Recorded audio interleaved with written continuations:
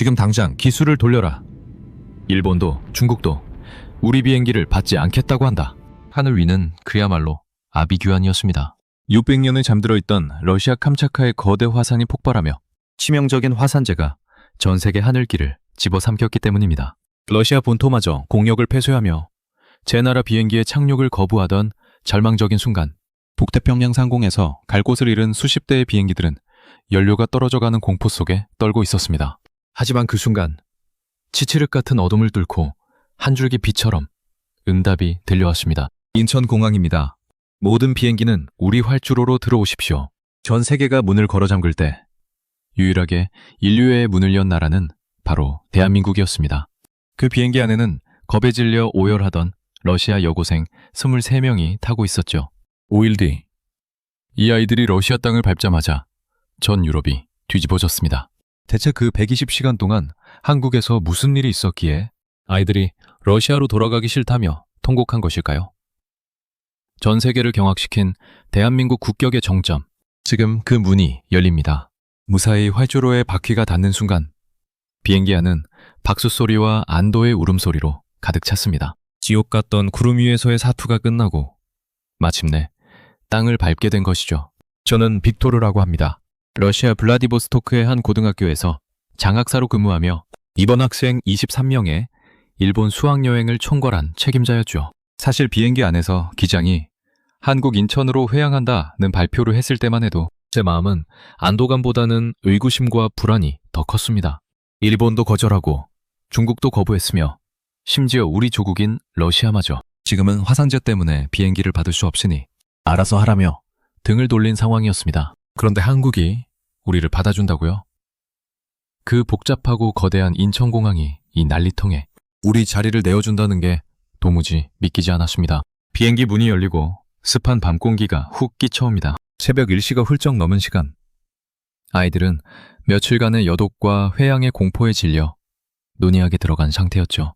솔직히 저는 걱정이 앞섰습니다. 이 시간에 이방인 수백 명이 불시착하듯 쏟아져 들어오는데 공항이 제대로 돌아갈 리가 없다고 생각했거든요. 분명히 입국 심사대는 아수라장일 것이고 직원은 짜증 섞인 얼굴로 우리를 몰아세울 것이며 우리는 딱딱한 공항 바닥에서 밤을 지새워야 할지도 모른다고 마음을 단단히 먹었습니다. 그런데 비행기 입구를 나선 순간 저는 제 눈을 의심했습니다.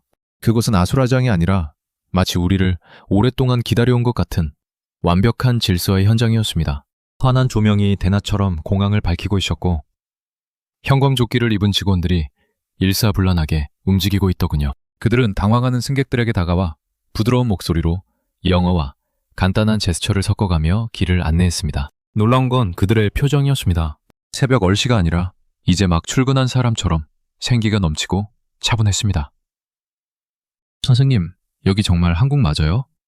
왜 이렇게 친절해요? 제 셔츠 깃을 붙잡고 떨던 안나가 속삭이듯 묻습니다. 저도 대답할 말을 찾지 못했습니다.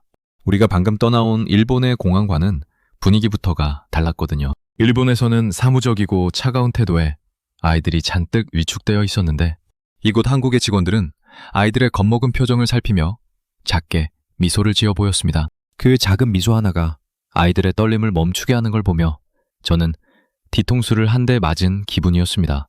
입국 심사대로 향하는 길은 더욱 충격적이었습니다. 우리 비행기뿐만 아니라 회항한 다른 항공기 승객들로 인산인해를 이뤘지만 정체되는 곳이 단 한 군데도 없었습니다. 입국장 한쪽에는 비상착륙 승객 전용 라인이 이미 설치되어 있었습니다. 우리가 도착하기도 전에 이미 모든 시나리오를 짜놓고 대비하고 있었다는 뜻이죠. 러시아였다면 수백 명의 승객이 좁은 복도에 뒤엉켜 고함을 치고 경찰들이 와서 진압하는 풍경이 벌어졌을 텐데 이곳은 마치 거대한 시계 태엽이 돌아가는 것처럼 조용하고 신속했습니다. 심사대 직원은 우리 학생 23명의 여권을 하나하나 확인하며 아주 정중하게 Welcome to Korea 라고 인사를 건넸습니다. 그 한마디가 얼마나 묵직하게 다가왔는지 모릅니다. 전 세계가 문을 걸어 잠그고 우리를 골칫덩이 취급할 때 오직 이 나라만이 우리에게 어서 오라며 품을 내어준 것이죠. 수속을 마치고 나오니 더 기막힌 광경이 펼쳐집니다.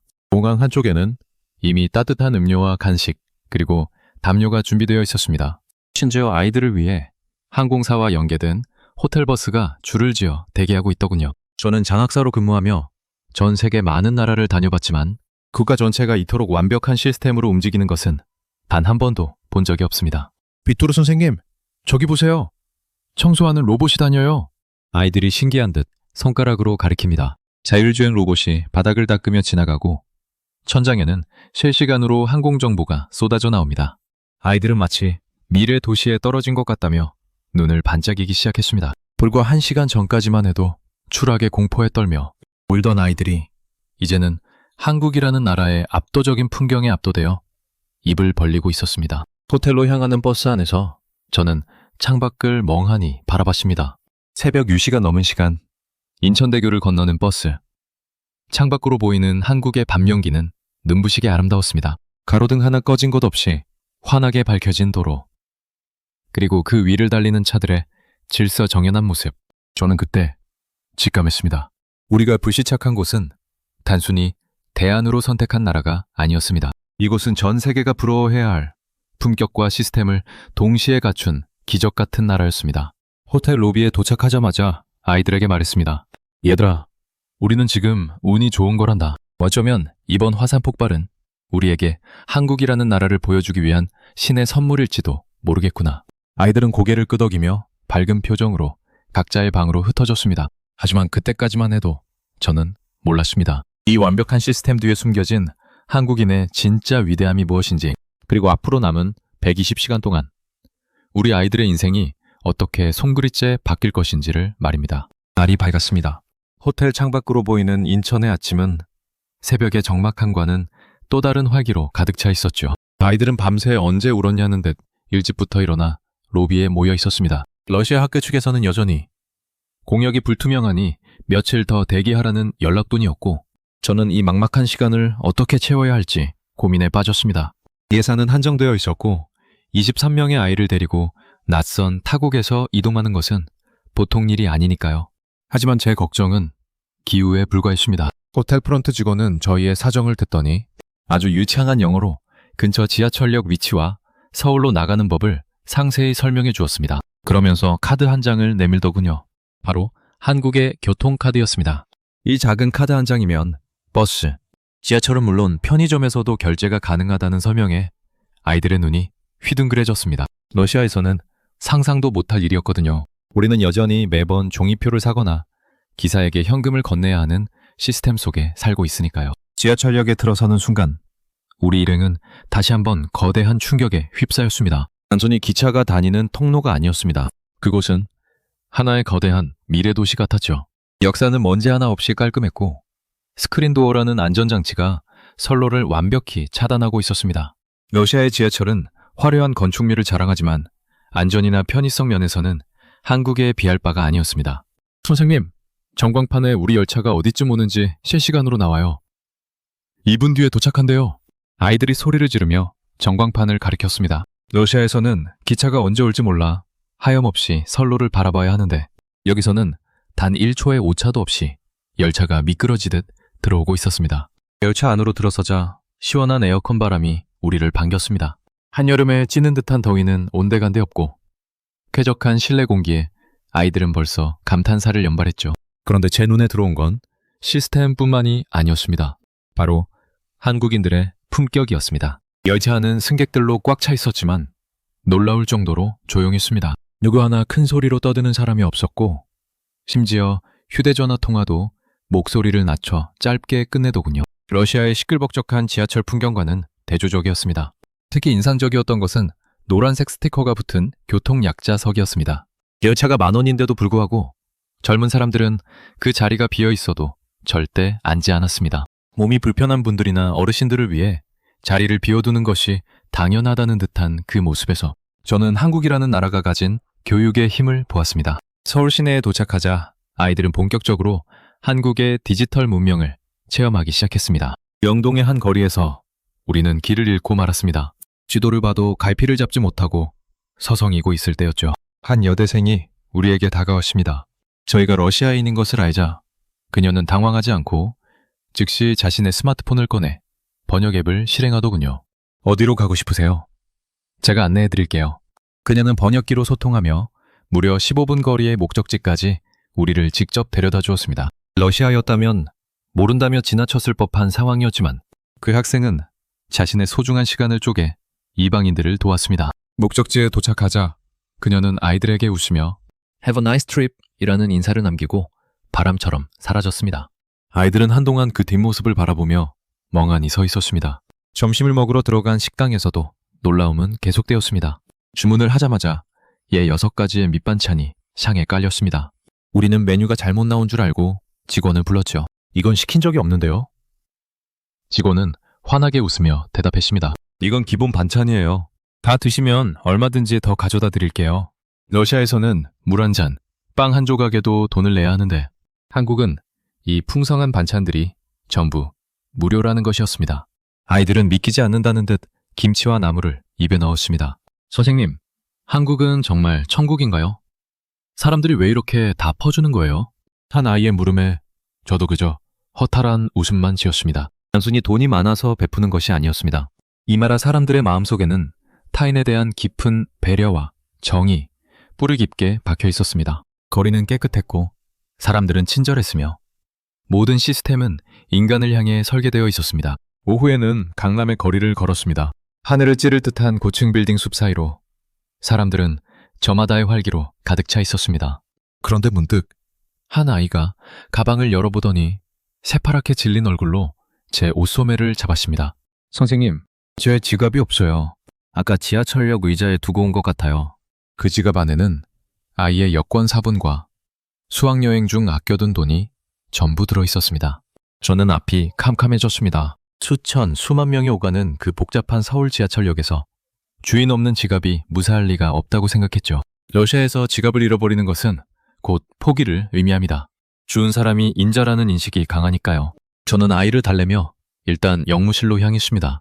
하지만 속으로는 이제 이 아이의 여행은 끝났구나 하는 비관적인 생각뿐이었습니다. 하지만 영무실 문을 열고 들어갔을 때 저는 제 귀를 의심했습니다. 영무원이 환하게 웃으며 저희를 맞이하더니 서랍에서 낯익은 핑크색 지갑을 꺼내는 게 아니겠습니까?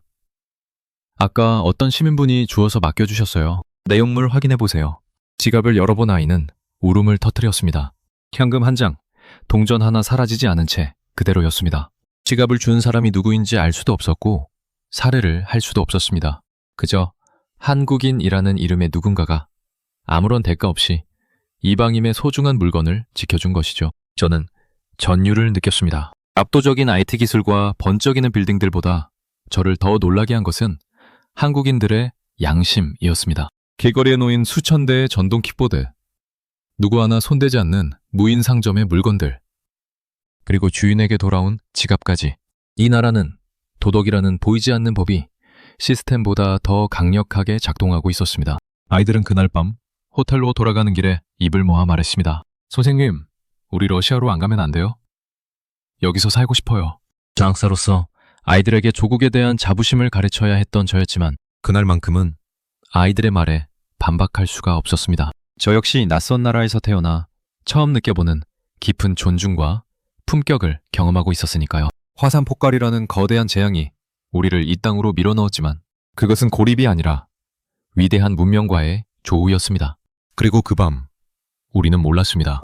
다음날 우리에게 닥칠 더 큰 시련과 그 시련 속에서 다시 한번 빛날 대한민국의 진가를 말입니다. 하지만 평화롭던 시간도 잠시 셋째 날 새벽 우리에게 감당하기 힘든 시련이 찾아왔습니다. 깊은 밤 옆방에서 들려오는 날카로운 비명소리에 잠이 깬 저는 복도로 뛰쳐나갔습니다. 그곳은 우리 학생 중 가장 체구가 작고 여린 마리나가 배를 움켜쥔 채 바닥을 뒹굴며 오열하고 있었죠. 안색은 이미 잿빛으로 변해 있었고 이마에는 비정상적일 만큼 차가운 식은땀이 비오듯 쏟아지고 있었습니다. 선생님, 배가 너무 아파서 숨을 못 쉬겠어요. 제발 살려주세요. 아이의 고통스러운 울부짖음에 제 심장은 덜컥 내려앉았습니다. 타국에서 겪는 갑작스러운 중병은 이방인에게 사형 선고나 다름없습니다. 러시아에서 이런 일이 생겼다면 응급차를 부르고 도착하기까지 1시간, 병원에 가서도 진료를 받기 위해 서너 시간을 기다리는 게 예산일이었으니까요. 더구나 우리는 보험 체계도 다른 외국인이 아닙니까? 저는 떨리는 손으로 호텔 프런트에 도움을 요청했습니다.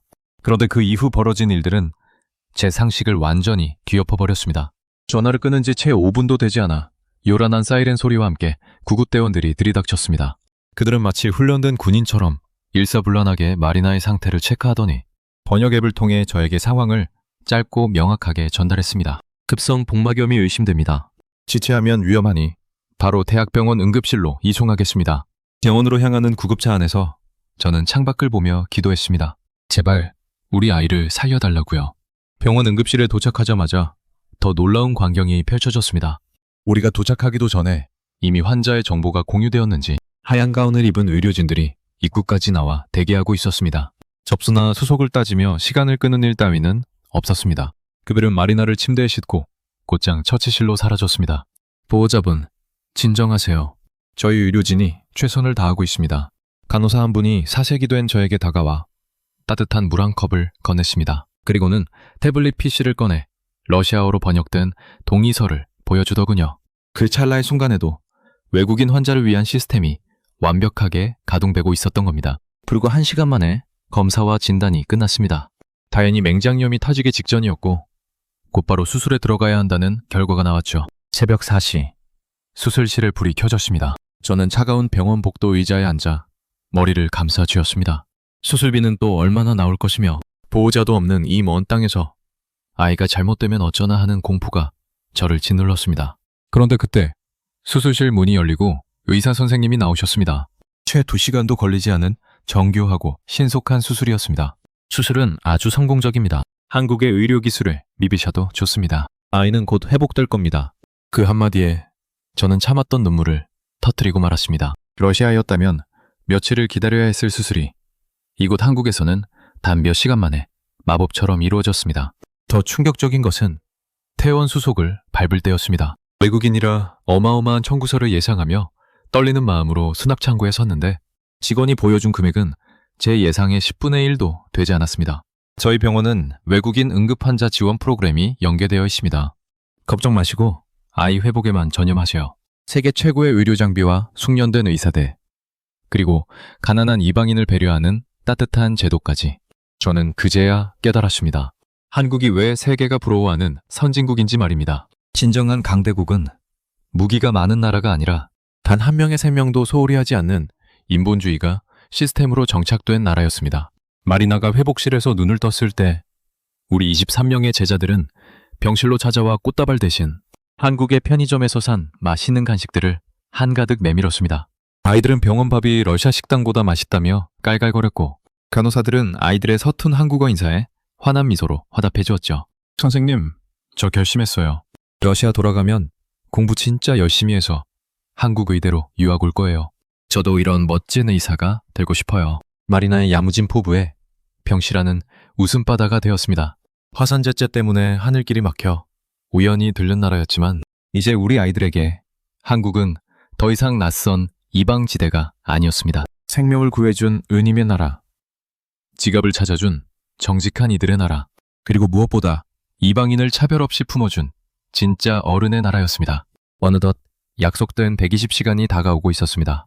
러시아 공역이 열렸다는 소식이 들려왔을 때 아이들의 반응은 예상 밖이었습니다. 벌써 가야 해요? 하루만 더 있으면 안 돼요? 공포에 질려 입국했던 아이들이 이제는 한국과의 이별을 아쉬워하며 눈시울을 붉히고 있었습니다. 공항으로 향하는 버스 안에서 저는 아이들의 일기장을 몰래 엿보았습니다. 그곳엔 기적, 천국, 감사라는 단어들이 빼곡히 적혀 있었죠. 우리는 그렇게 인천공항의 찬란한 불빛을 뒤로하고 다시 하늘길에 올랐습니다. 하지만 우리 마음속엔 평생 잊지 못할 120시간의 기록이 훈장처럼 새겨져 있었습니다. 전 세계가 문을 닫았을 때 유일하게 우리를 위해 활주로의 불을 밝혀주었던 나라. 대한민국이 보여준 그 압도적인 국격은 러시아로 돌아가 전 유럽에 퍼져나갈 준비를 마친 상태였습니다. 비행기가 블라디보스토크 공항에 착륙하는 순간 기내에는 묘한 정적이 흐르기 시작했습니다. 창밖으로 보이는 익숙하고 투박한 러시아의 풍경이 평소와 달리 낯설게만 느껴졌기 때문입니다. 입국장을 나서자 초조하게 기다리던 학부모들이 아이들을 끌어안으며 눈물을 터뜨렸습니다.